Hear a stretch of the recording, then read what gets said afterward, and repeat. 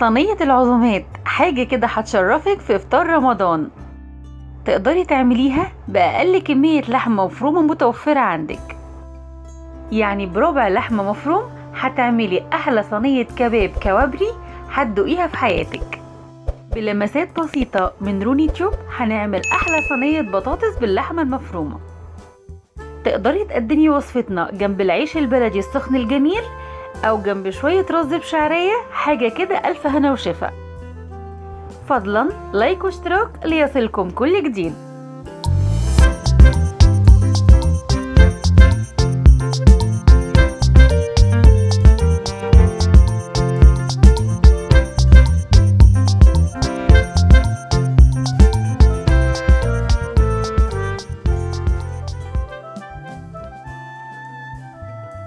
أهلا بكل متابعيني الكرام في كل مكان.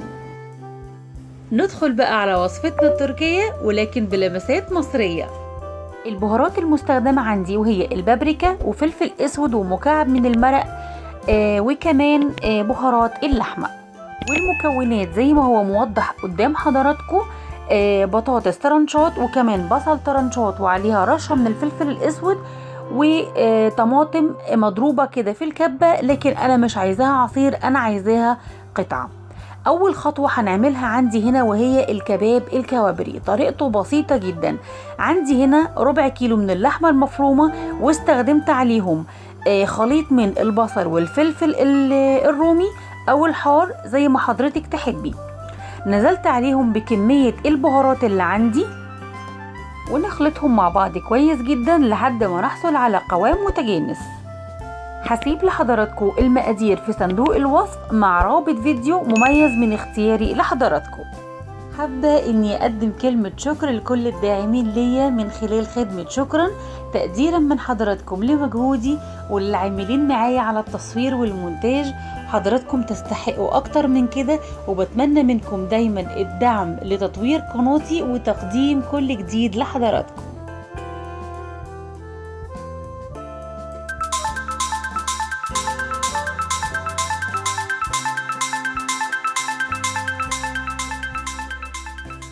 خلطنا كده مزيج الكباب اللي عندي كويس جدا، ونزلت عليه بنص كمية الطماطم المجروشة، وابتدي اني اقلبهم بالمعلقة. مش عايزة استخدم في ايدي عشان عايزة الطماطم تحتفظ بقوامها وما تبقاش معصورة كده او ممتزجة قوي مع اللحمة. وننزل كمان بمعلقة من البقسماط او السميد الناعم ونخلطهم مع بعض كويس جدا. نركن الخلطة على جنب ونبتدي في الخطوة التانية. نجيب عندي الصينية اللي هتدخل الفرن، انزل عليها كده بمعلقة من الزيت، واعمل بيها الصينية كلها مسحة بسيطة كده من الزيت، ابطن بيها الصينية كلها. ونيجي بعد كده للمكونات اللي عندي وهي البصل والبطاطس وكمان الطماطم. ننزل كده بالبصل عندي في البولة، وانا طبعا حاطه عليه رشه من الفلفل الاسود، وابتدي كده اني افككه من بعض. وعندي كمان مكعب من المرق، هستخدم بس نصه على البصل وكمان نصه على البطاطس. والكل متابعيني اللي بيسالوني على فيديو مخصص لاكلات رمضان هحطه لحضراتكم دلوقتي اعلى الشاشه في الاي. نيجي بقى هنا كده على البصل عندنا ونفككه كويس جدا من بعضه. نخلط فيه الفلفل الاسود وكمان انزل عليه بنص مكعب من المرق. طبعا زي ما قلت لحضراتكم انا استغنيت هنا عن الملح خالص في الوصفه بتاعتي، يعني المرقه والبهارات اللي عندي قايمه بالواجب وزياده.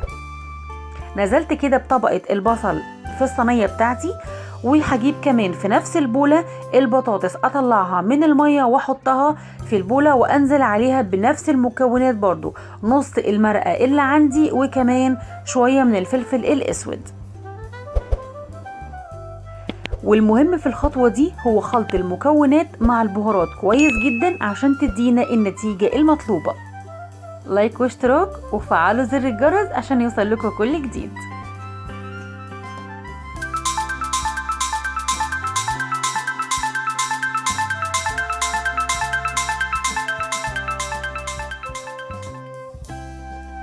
خلطنا كل المكونات مع بعض كويس جدا، وابتدي انزل بطبقة البطاطس عندي على البصل، وبرضو اديها كده خلطة محترمة، وانزل ببقية البهارات اللي عندي في البولة، ما سيبش ولا حتة. نخلطهم كده مع بعض كويس، وابتدي بعد كده انزل بالطماطم بتاعتي، هتديني طعم ولون حلوين جدا جدا. انا قلت بدل ما استخدم بابريكا زيادة، لا استخدم الطماطم، هتديني لون حلو جدا، وكمان طعمها بيكون جميل في الصينية دي. ظبطنا كده خلاص الخلطة بتاعتنا ورصيناها كويس. ابتدي بقى اجيب الكباب بتاعي وابططه كده بين ايدي كويس جدا، بس ما تبقاش الطبقة رفيعة قوي، يعني تبقى كده في الوسط، تبقى حلوة جدا. ونبتدي كده نفردها كويس جدا في الصينية مع الضغط على الصينية عشان تبقى كلها حاجة واحدة، زي ما حضراتكم شايفين كده. تضغطي عليها كده تبقى متساوية كلها. الحركة دي مهمة جدا، لازم نضغط عليها ونساوي السطح، عشان خاطر لما الوصفة عندنا تستوي ما يبقاش البطاطس في حتة والكباب في حتة، فيبقى شكل الصينية مش ظريف. فلازم تظبطيها كده تكون ماسكة عليها كويس جدا.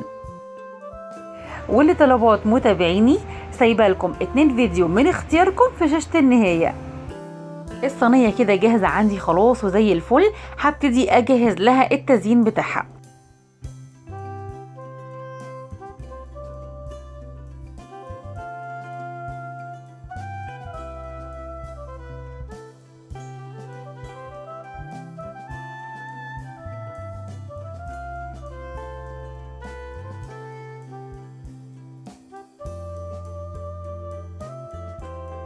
جهزت عندي ترانشات من الطماطم، وابتدي اني اعملها كده داير في الصينية كلها زي ما حضراتكم شايفين كده. هتديني طعم حلو جدا، وكمان الشكل هيكون مبهر.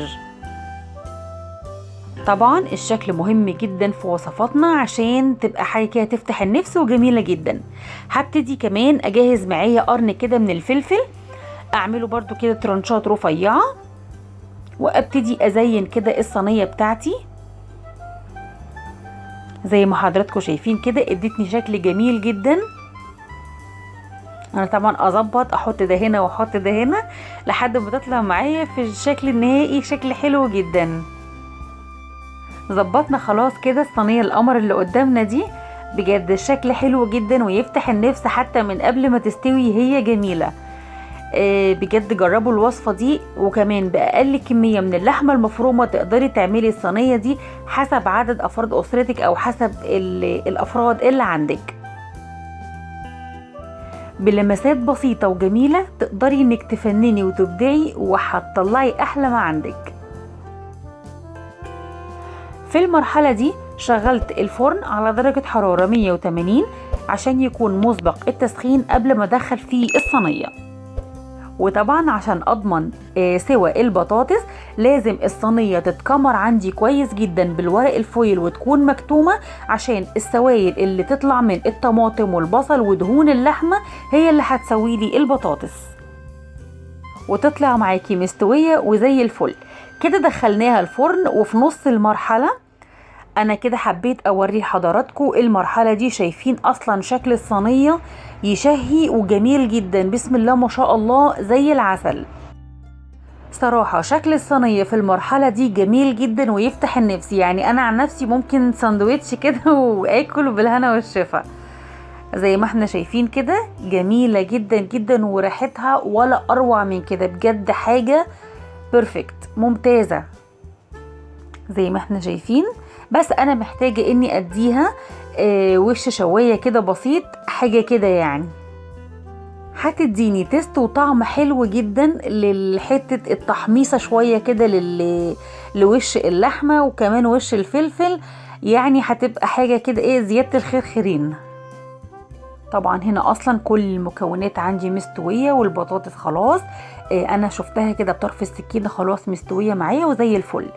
وهنا كده الصينية بعد ما طلعت من الفرن تحت الشواية، شايفين جمالها حلوة ازاي، حاجة كده في منتهى الجمال، في منتهى الجمال. بجد عايزاكم تجربوا الوصفة دي، تحفة يا بنات، بجد هايلة هايلة هايلة. طعمها جميل جدا ومختلفة، وكمان بتطلع معاكي خرط وجميلة جدا. يعني انتي هتقطعيها كأنك بتقطعي بيتزا، يعني هتطلع معاكي كده حاجة يعني ممتازة. وبكده تكون وصفتنا خلصت النهاردة، ويا رب اكون ضيفة خفيفة على قلوبكم وتجربوا وصفاتي دي. حاجة طبعا تسعدني وتشرفني انكم تكونوا بتجربوها. لو وصلتي للجزء ده ما تنسينيش في اللايك واشتراك وتفعلي زر الجرس عشان يوصلك مني كل جديد. ومع السلامة.